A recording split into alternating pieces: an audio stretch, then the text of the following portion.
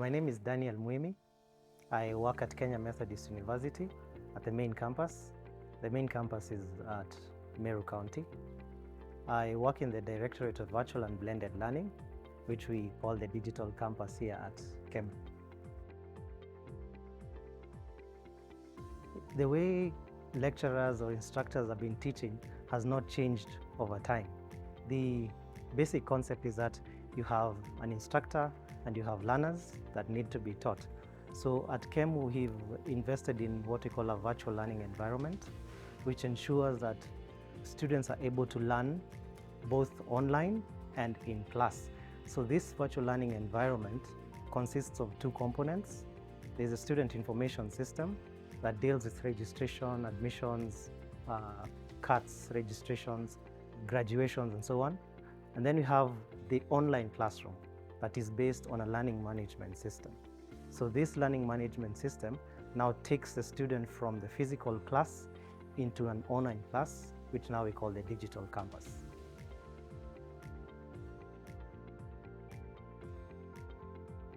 The very basic thing that learners and instructors firstly need is exposure to technology.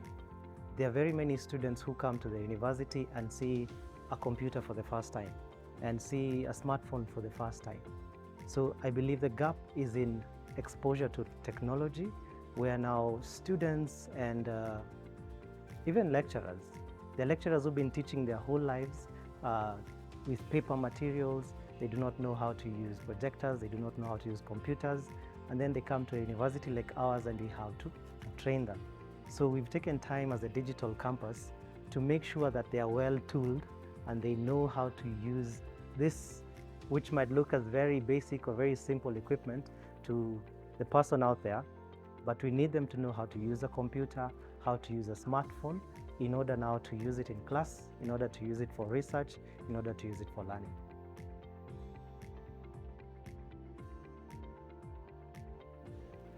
There has to be continuous training.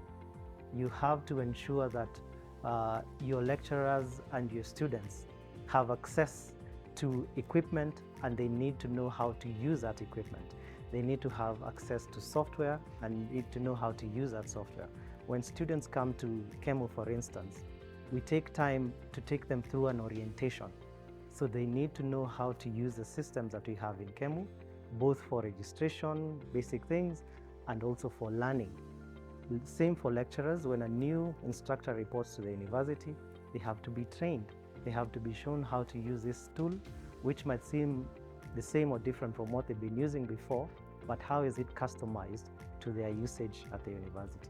So there has to be that continuous training.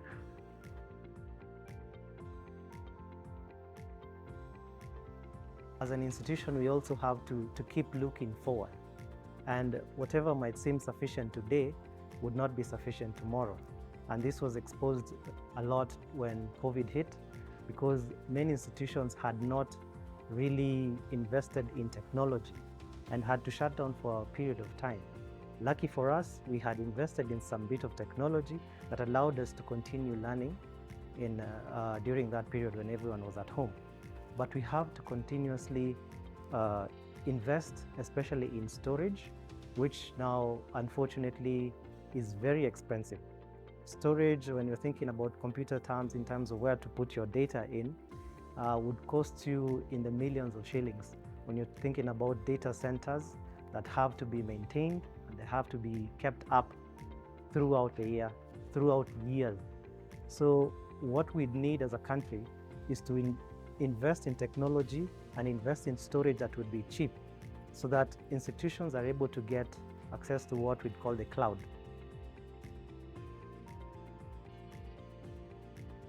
We're moving to a situation where not everyone would be able to buy server space or be able to invest in servers and put them in their institutions. But when you have free storage that you're able to access using the best internet connectivity, then you're able to ensure that your services are accessible to your students, to your staff, to your faculty 24/7. And that is what you need as a university or as a teaching institution, because we are not only teaching local students. You'd want to teach international students, you'd want to go out there to international market, people in different time zones. So you want them to be available, you want to be available to them 24/7. And to do that, you need to ensure that your equipment and your software does not fail.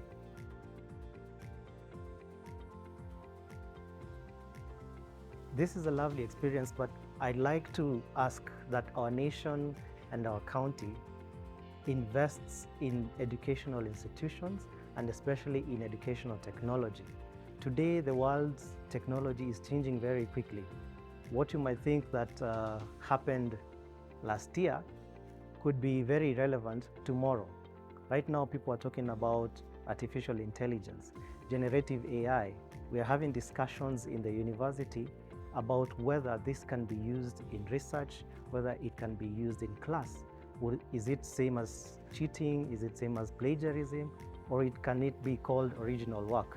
So these are things that could not be imagined 6 months ago, not even 10 years ago, 6 months ago. So technology is quickly changing, and we are asking that our governments, both at the national and the local level, keep pace with this so that students who not only come to the university, but start at the grassroots at basic education level, in grade level, high school, all the way to university level, have exposure and are able to use this technology when they come to the university. Thank you very much.